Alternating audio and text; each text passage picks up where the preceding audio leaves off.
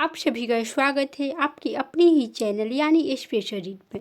आज का टॉपिक है चंद्रमा। जैसा कि आप लोग जानते हैं, अभी हम लोग लुसेंट बुक पढ़ रहे हैं, सामान्य ज्ञान, लुसेंट का सामान्य ज्ञान। इसमें सब्जेक्ट है ज्योग्राफी, भूगोल, और टॉपिक है आज का चंद्रमा, मून। तो मून के बारे में आज हम लोग पढ़ेंगे। चंद्रमा की सतह और उसकी आंतरिक स्थिति का अध्ययन करने वाला विज्ञान सेलेनोलॉजी कहलाता है।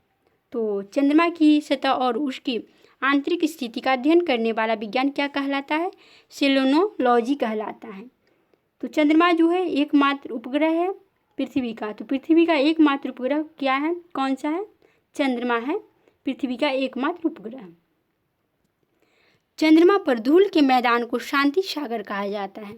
तो चंद्रमा पर जो धूल का मैदान उसे क्या कहा जाता है? शांति सागर कहा जाता है। यह चंद्रमा का पिछला भाग है। तो शांति सागर जो है चंद्रमा का पिछला भाग है जो अंधकारमय होता है। तो शांति सागर अंधकारमय होता है और चंद्रमा का पिछला भाग है।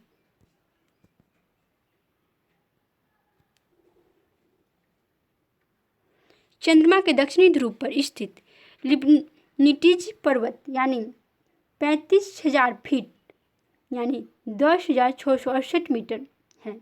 चंद्रमा का उच्चतम पर्वत है जो चंद्रमा का उच्चतम पर्वत है। तो चंद्रमा के दक्षिणी ध्रुव पर स्थित लिब्निटीज पर्वत चंद्रमा का उच्चतम पर्वत है। इसकी ऊंचाई है 35,000 फीट और वहीं पे मीटर में 10,668 मीटर है। चंद्रमा को जीवाश्म ग्रह भी कहा जाता है। तो चंद्रमा को क्या कहा जाता है? जीवाश्म ग्रह भी चंद्रमा को कहा जाता है। चंद्रमा पृथ्वी की एक परिक्रमा लगभग 27 दिन 8 घंटे में पूरा करता है। चंद्रमा जो है पृथ्वी की एक परिक्रमा कितने दिन और कितने घंटों में पूरा करता है? 27 दिन 8 घंटे में पूरा करता है और इतने ही समय में अपने अक्ष पर एक घूर्णन करता है और इतने ही समय में अपने अक्ष पर एक घूर्णन भी करता है। तो चंद्रमा जो है जितने दिनों में पृथ्वी की एक परिक्रमा करता है उतने ही दिनों में अपने अक्ष पर घूर्णन भी करता है। यही कारण है कि चंद्रमा का सदैव एक ही भाग दिखाई पड़ता है। तो चंद्रमा का एक ही भाग इसी कारण से दिखाई पड़ता है क्योंकि वो अपने अक्ष पे 27 दिन 8 घंटे में ही एक घूर्णन पूरा करता है। तो चंद्रमा का एक ही भाग दिखाई पड़ता है। पृथ्वी से चंद्रमा का 57% भाग को हम लोग देख सकते हैं। तो पृथ्वी से हम लोग कितने भाग को चंद्रमा का देख सकते हैं? 57% भाग को देख सकते हैं पृथ्वी से चंद्रमा को।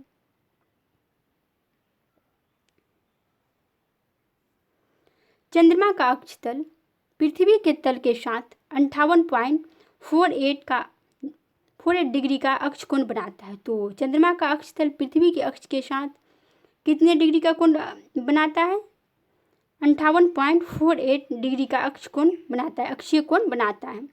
चंद्रमा पृथ्वी के अक्ष के लगभग समानांतर है। तो चंद्रमा जो है पृथ्वी के अक्ष के लगभग समानांतर है। इसका परिक्रमण पथ भी दीर्घ वृत्ताकार है। तो इसका परिक्रमण पथ भी क्या है? दीर्घ वृत्ताकार है।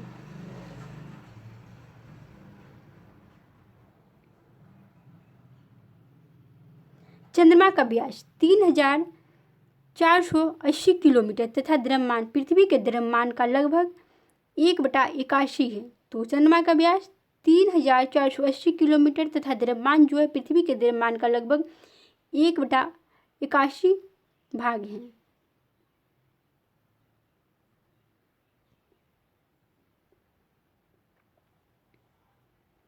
सूर्य के संदर्भ में चंद्रमा की परिक्रमा की अवधि 29.53 दिन।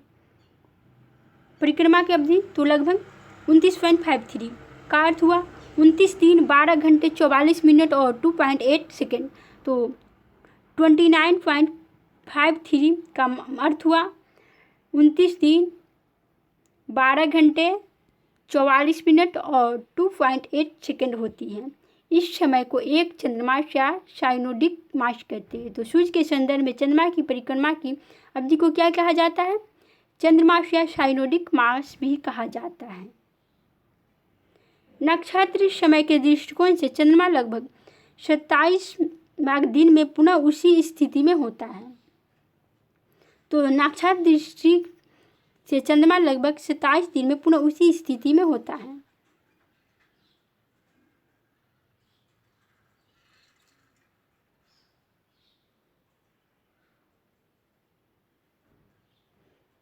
तो 27 दिन 7 घंटे 43 मिनट और 11.6 सेकेंड की अवधि एक नक्षत्र मास को कहलाती है। तो एक नक्षत्र मास किसे कहलाती है? कितने समय को?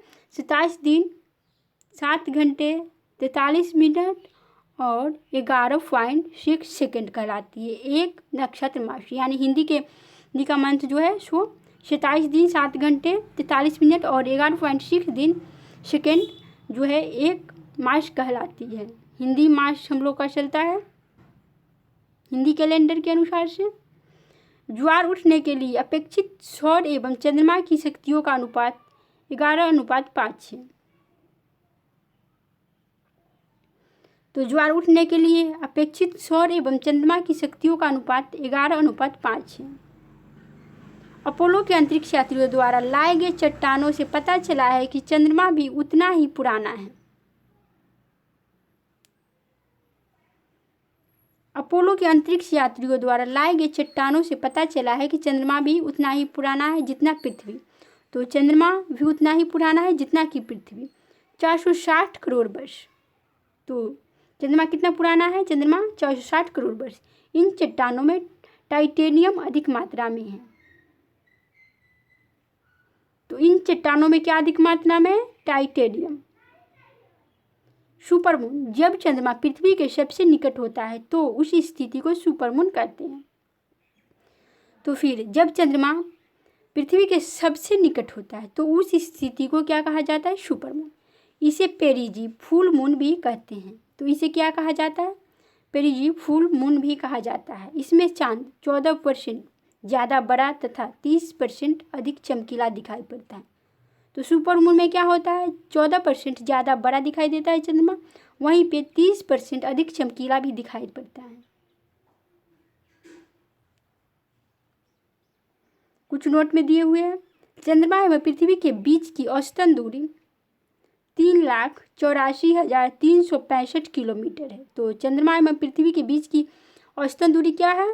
3,84,365 किलोमीटर है।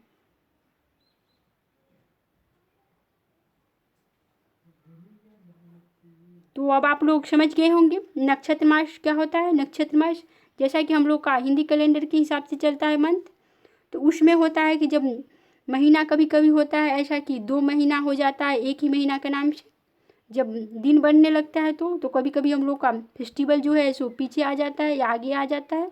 तो उसी के हिसाब से होता है, क्योंकि 27 दिन का ही होता है और यहाँ हम लोग मंथ को 30 दिन से जोड़ते हैं। तो हिंदी मंथ में इसी तरह से होता है 27 दिन का।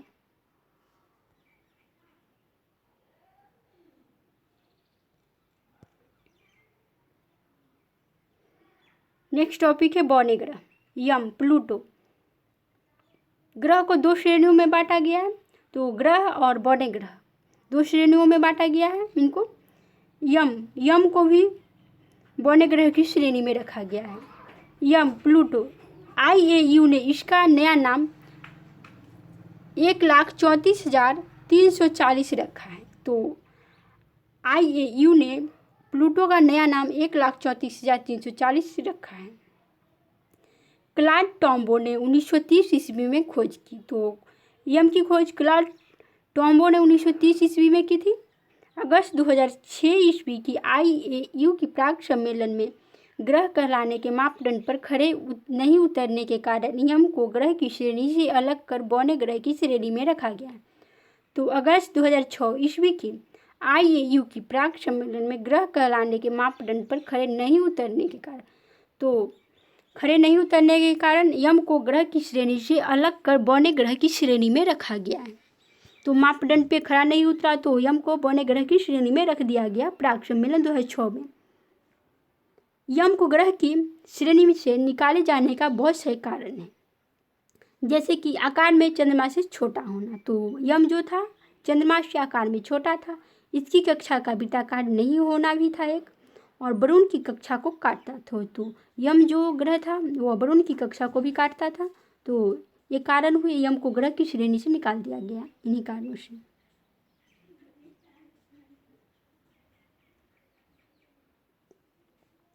शेरस, इसकी खोज इटली के खगोल शास्त्री पियाजी ने किया था। तो सेरस, इसकी खोज इटली के खगोलशास्त्री पियाजी ने किया था। IAU की नई परिभाषा के अनुसार इसे बौने ग्रह की श्रेणी में रखा गया है। इसे संख्या 1 से जाना जाएगा। इसका व्यास बुध के व्यास का 1/5 भाग है। तो सेरस भी एक बौने ग्रह है, सेरस बौना ग्रह है। तो सेरस को संख्या 1 से जाना जाता है और इसका व्यास बुध के व्यास का 1/5 भाग है। नोट में कुछ दिए हुए अन्य बौने ग्रह है चिरौन एवं 2003 UB313 यूरिस। तो अन्य बौने ग्रह भी है चिरौन एवं यूरिस।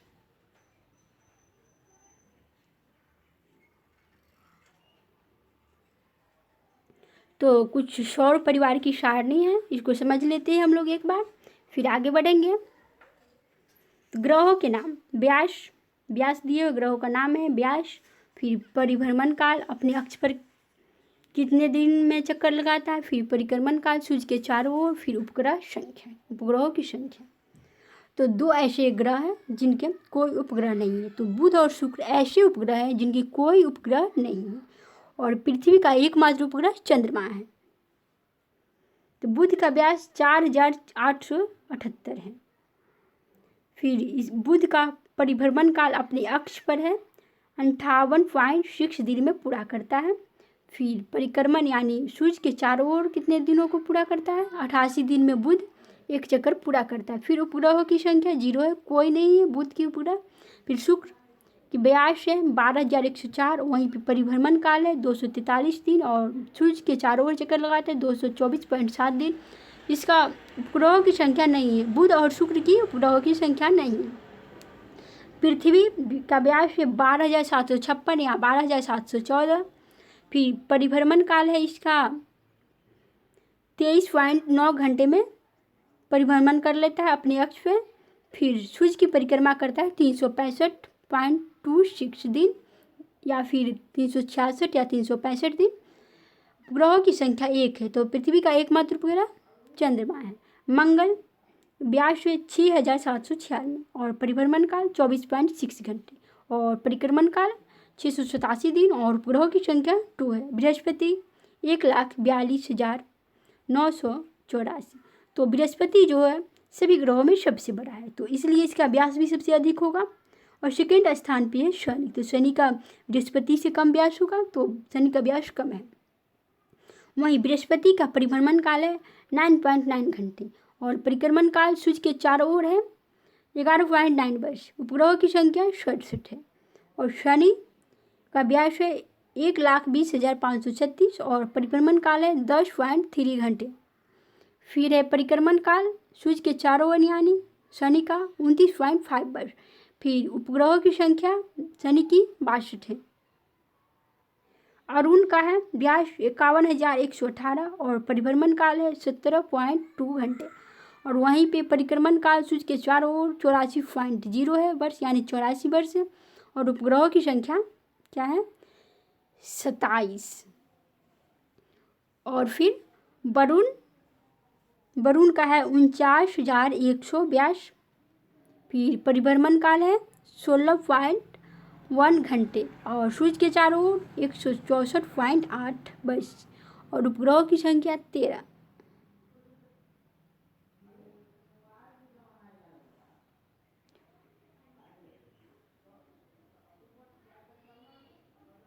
तो यह जो रिपोर्ट है सो कहाँ का है, अंतर्राष्ट्रीय खगोल विज्ञानी संघ IAU के अनुसार है। तो यह रिपोर्ट है सो सारणी जो दिए हुए सो क्या है, क्या चीज़ के अनुसार है, IAU के अनुसार यह सारणी दिए हुए सौर परिवार की सारणी। तो अब हम लोग आगे बढ़ेंगे और पढ़ेंगे लघु सौरमंडलीय पिंड। लघु सौरमंडलीय पिंड क्या है, किसे कहा जाता है, इसके बारे में अब हम लोग चर्चा करेंगे। तो क्षुद्र ग्रह मंगल एवं बृहस्पति ग्रह की कक्षाओं के बीच कुछ छोटे छोटे आकाशीय पिंड हैं।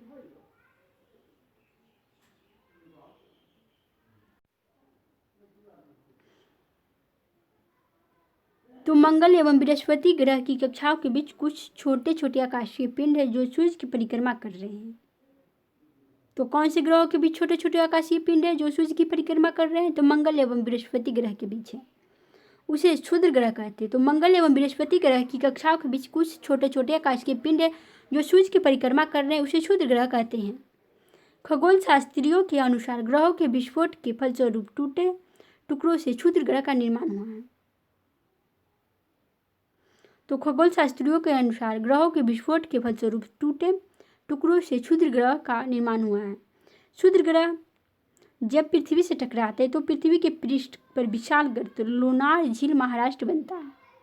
तो जब क्षुद्र ग्रह पृथ्वी से टकराता है तो क्या होता है, पृथ्वी का विशाल गर्त झील के में बदल जाता है। तो क्षुद्र ग्रह जब पृथ्वी से टकराता है तो गड्ढा बन जाता है, झील बन जाता है।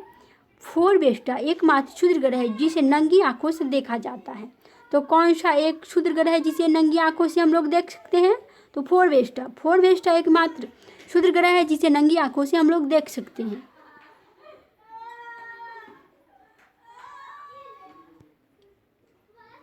नेक्स्ट टॉपिक है धूमकेतु। तो इस पे पढ़ेंगे हम लोग अब धूमकेतु। कॉम्पैक्ट सौरमंडल के छोर पर बहुत ही छोटे छोटे अरबों पिंड विद्यमान है। तो सौरमंडल के छोर पर बहुत ही छोटे छोटे अरबों पिंड विद्यमान है जो धूमकेतु या पुच्छल तारे कहलाते हैं।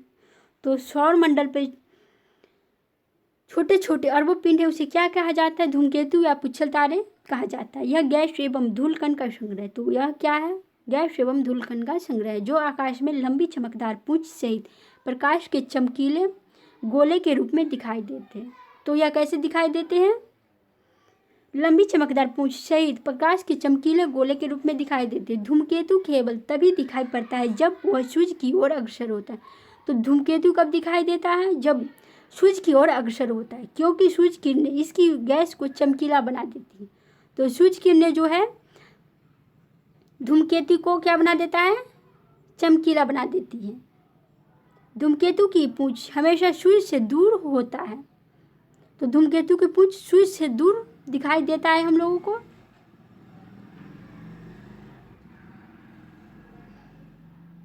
हेलो नामक धूमकेतु का परिक्रमण काल 76 वर्ष है। तो हेलो नामक धूमकेतु का परिक्रमण काल कितना है? 76 वर्ष। यह अंतिम बार 1986 ईस्वी में दिखाई दिया था। तो हेलो नामक धूमकेतु कब दिखाई दिया था? 1986 ईस्वी में। और यह 76 वर्षों बाद दिखाई देता है। तो अगली बार कब दिखाई देगा? 2062 में दिखाई देगा हम लोगों को हेलो नामक धूमकेतु। धूमकेतु हमेशा के लिए टिकाऊ नहीं होते, फिर भी प्रत्येक धूमकेतु के लौटने का समय निश्चित होता है। तो धूमकेतु हमेशा टिकाऊ नहीं होते, फिर भी प्रत्येक धूमकेतु के लौटने का समय जो है सो निश्चित होता है।